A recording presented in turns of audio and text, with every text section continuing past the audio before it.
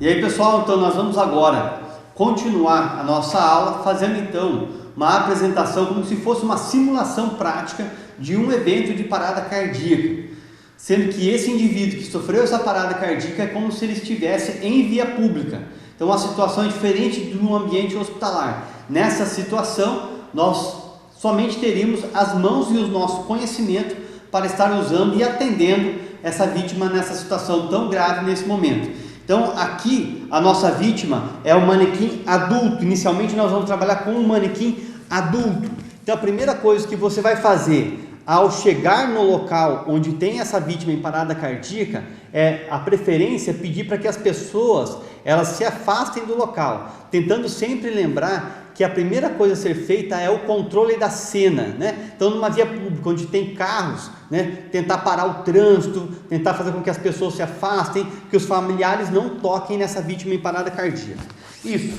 Feito o controle da cena, então nós vamos abordar a vítima. Se for uma vítima de trauma, é sempre importante fazer o que nós chamamos de controle de cervical. Então você vai ao lado da vítima, de joelhos no chão, sobre uma superfície rígida e um indivíduo em decúbito dorsal, fazendo o controle da cervical. No segundo momento, você pode encostar na vítima e tentar se comunicar com a vítima. Ei, meu nome é Hugo, eu sou enfermeiro, estou aqui para te ajudar, fala comigo. O que você vai procurar? Sinais de responsividade. Não encontrando nenhum sinal de responsividade, você vai para o segundo passo, que é avaliar a respiração. Então olhar firme para o tórax dessa vítima, observar se tem respiração, se o tórax se eleva ou não. Importante enfatizar que nesse momento, principalmente aqui no nosso estado, principalmente nesses lugares onde faz mais frio, algumas vezes o volume de roupas acaba interferindo com a avaliação. Então, se houver a possibilidade, sempre procurando não expor a vítima, né, não expor o mínimo possível da vítima, tentar abrir as roupas, né, no caso aqui a jaqueta, para facilitar a visualização do tórax, para observar se ele expande ou não. Continuando, fazendo o controle da cervical, avaliando se respira ou não. Observou que o tórax não se eleva, então ele não respira, sem respiração. Então, 2 itens. E o terceiro, que é avaliar o pulso carotídeo. Então, o dedo indicador e o dedo médio, ele tem que correr para o lado aqui, olha, justamente onde se localiza a artéria carotídea. E observar se tem pulso ou não. A ausência de pulso, principalmente para nós como profissionais de saúde, vai identificar então o terceiro sinal, que é a ausência de batimentos cardíacos. Então, você completou ausência de resposta, ausência de respiração, ausência de pulso, então esse indivíduo ele está em parada cardiorrespiratória. O próximo passo agora é usar a ligação. Então você pode até utilizar do próprio telefone celular, né, fazendo uma chamada de voz, né, com o 92, com o 93, para chamar então esse resgate até esse local do atendimento nesse momento.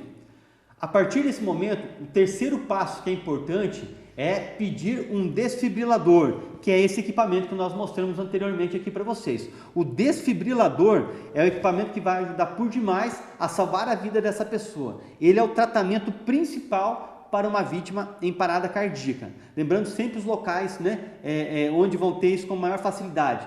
Shopping center, metrôs, clubes, aeroportos, que são locais onde tem um fluxo maior de pessoas. Aí sim, nesse momento, você vai iniciar as compressões. Enquanto não chegar o desfibrilador, você vai iniciar as compressões. Então, como nós comentamos antes, no adulto processo tifoide, 2 dedos acima do processo tifoide, região hipotenar da mão sobre o osso externo, a mão dominante por baixo, a mão não dominante por cima. Os braços estendidos, esticados, e você vai formar um ângulo de aproximadamente 90 graus. Aqui o nosso manequim, ele é bacana porque ele mostra exatamente se a manobra ela consegue ser feita de uma forma bem efetiva. Ele tem um equipamento logo aqui do lado que ele começa a acender as luzes se a profundidade da sua compressão for efetiva ou não. Então a hora que eu for fazer a compressão, eu espero que logo aqui nesse equipamento ele acenda uma luz verde, que vai me dizer se realmente a compressão ela for efetiva. Se ela for muito profunda, vai acender essa luz laranja. E se ela for no local errado, ela vai me acender a luz vermelha. Então vamos lá para ver se a compressão está no local correto. Então ela realmente está no local correto. Se ela for muito forte, ela vai acender a luz laranja. E se ela for no local errado, ela vai acender a luz vermelha. Então o legal do nosso manequim é que justamente ele consegue mostrar para aquele acadêmico que ele tem que melhorar na sua compressão para ela fazer ela da forma mais efetiva possível, tá? Então aqui eu vou fazer a simulação da compressão. Essa seria a velocidade da compressão no paciente adulto. Lembrando que eu vou ficar nessa posição fazendo essas compressões, né, conforme diz o protocolo, durante um período de 2 minutos, sem interrupção. Quando completar os 2 minutos, e se o desfibrilador externo automático ainda não chegou, o DEA não chegou, eu vou permanecer até completar os 2 minutos, por isso é importante o relógio, para você também marcar o tempo. Deu os 2 minutos, você vai reavaliar a vítima. Ei, amigo, fala comigo. Não fala, não respira, não tem pulso. Ele permanece em parada cardíaca. Então, nesse momento, você retorna para fazer as compressões novamente. Isso se eu estiver sozinho. Se eu estiver com outro socorrista, um outro colega, um outro profissional de saúde, é importante que essas pessoas elas se revezem para que o cansaço não seja exaustivo ao ponto de não fazer uma compressão efetiva.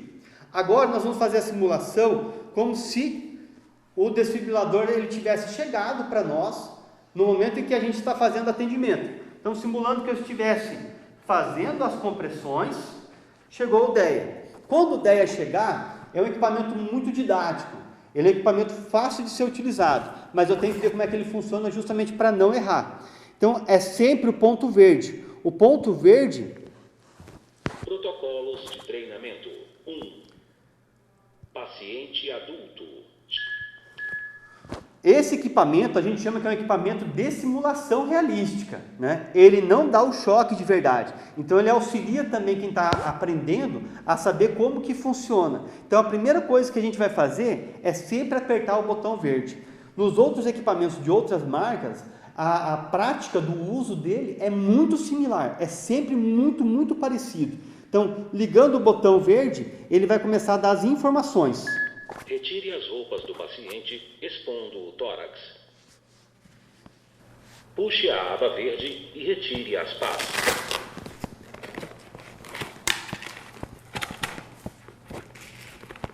Separe os eletrodos. Aplique as pás no tórax do paciente, conforme a figura. Pressione as pás firmemente. Puxe a aba verde e retire as pás.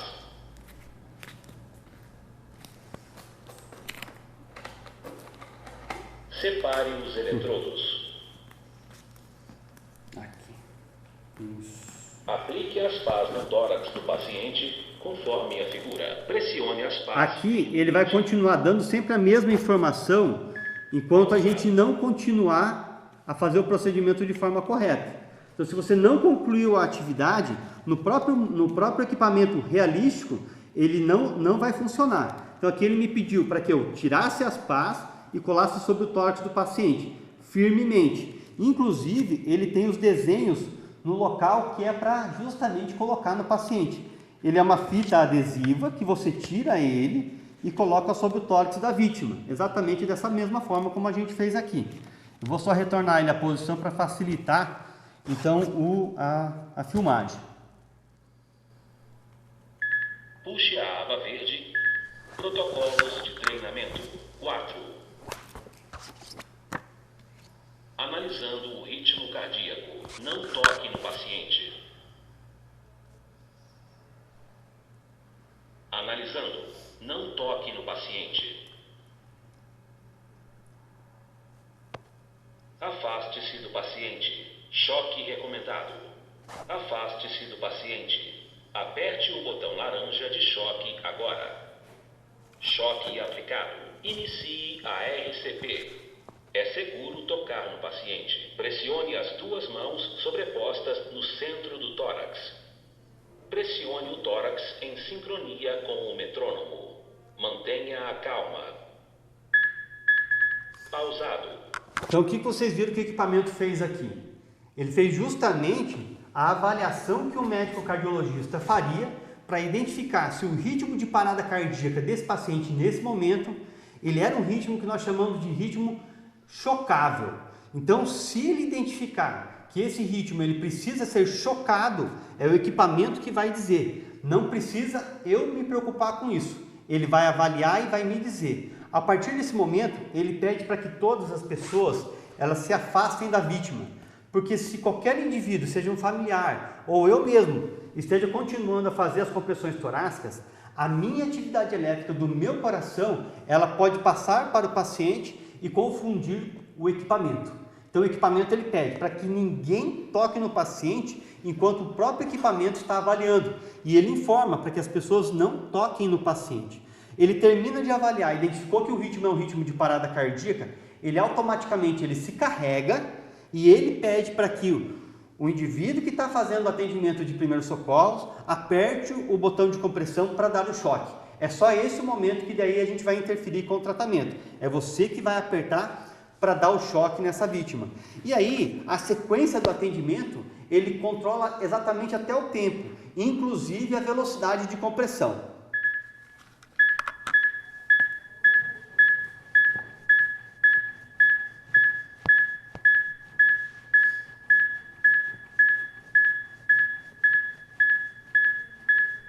Nesse atendimento que está sendo feito agora, essa simulação que está sendo feita agora, o próprio equipamento ele vai manter a velocidade de compressão e o tempo de compressão durante os 2 minutos. E é sempre importante enfatizar que as compressões elas sejam efetivas, porque é ela que vai levar o sangue, que ainda está oxigenado do paciente, para as outras partes do corpo do paciente, que são os órgãos mais nobres, o tecido cerebral e o coração. Então a gente vai ficar aqui durante os 2 minutos. Quando encerrar os 2 minutos, o que vai acontecer? O próprio equipamento ele vai me dar o sinal e ele vai fazer tudo aquilo novamente. Ele vai parar, vai pedir para parar, ele vai pedir para parar, ele vai reavaliar o paciente, vai pedir para que todo mundo se afaste e se o ritmo for um ritmo chocável, ele vai automaticamente se carregar e vai proceder todos os passos como ele fez anteriormente.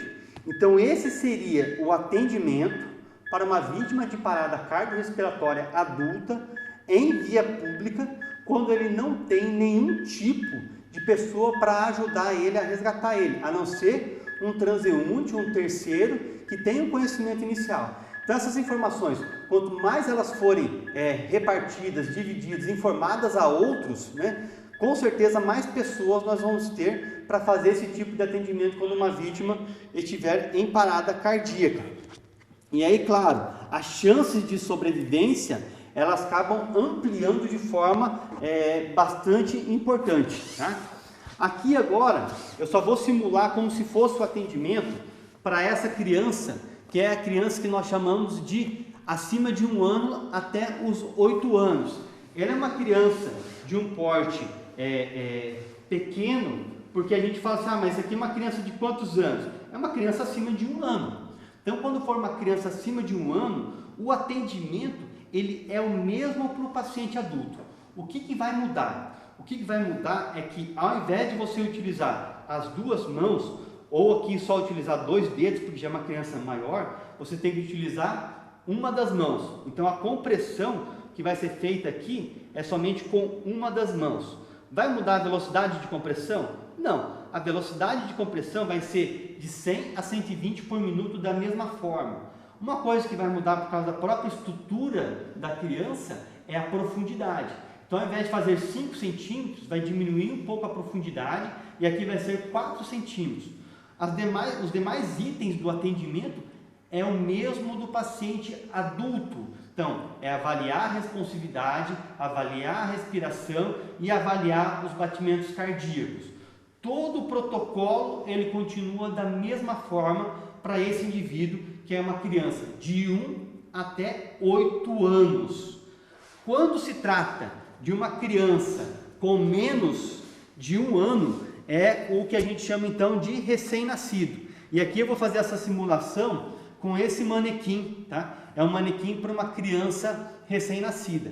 Aqui nós vamos colocar que essa criança recém-nascida não, perdão, lactente, tá? O lactente é o indivíduo dos 29 dias até completar 1 ano. Esse indivíduo, eu posso fazer o atendimento com ele, pegando ele aqui, ó, desta forma. Então a cabeça ela vai ficar presa à minha mão não dominante e a tábua vai funcionar como se fosse aqui o meu braço. E eu posso apoiar ela aqui, ó, sobre a minha perna. Então o que vai acontecer? Eu vou ter um controle total dessa criança. O que eu vou fazer para avaliar ela? Avaliar a responsividade. A criança não vai falar, então ela pode chorar. Se ela estiver chorando, opa, responsividade está ok. Então eu vou observar se ela não estiver chorando. Vou observar se ela está respirando. E outra coisa que eu vou avaliar é o pulso. O pulso da criança, desse lactente, eu vou avaliar sempre o pulso braquial. Então é nessa região. Então o pulso braquial ausente, então esse recém-nascido ele está em parada cardiorrespiratória. E as manobras de compressão para essa criança, eu posso fazer ela até dessa forma assim, que a cabeça ela fique, é como se fosse num declive, né? Que a cabeça fica mais baixo que o corpo. Porque se tiver algum corpo estranho, leite ou qualquer outro tipo de alimento, ele geralmente vai escorrer para a cavidade oral. E a compressão, eu vou realizar ela entre os mamilos, então nessa posição aqui. Então os 2 dedos, né, no terço inferior, entre os mamilos. A velocidade de compressão, 100 a 120 compressões por minuto. A profundidade é 4 centímetros. E os outros itens da realização da manobra de reanimação é a mesma coisa. O que vai diferenciar do atendimento para eles com o DEA é que não existe um DEA para esse tipo específico de paciente. O que pode haver é que as pás de desfibrilação, elas sejam pás infantis. Se não tiver as pás infantis, podem ser utilizadas as mesmas pás de adulto, segundo informações do próprio protocolo de reanimação. Então, se não tem as pás infantis, pode ser utilizado na ausência, né, as pás para indivíduos adultos. Lembrando que essa é uma recomendação somente quando as pás elas não forem possíveis de serem então utilizadas. Então fizemos então aqui agora, né, a reanimação com o paciente adulto, utilizando o desfibrilador externo automático. Fizemos a reanimação com a criança de 1 a 8 anos e fizemos a reanimação com a criança com lactente de 29 dias até completar 1 ano. Ok, pessoal? Então era essa a nossa aula de hoje.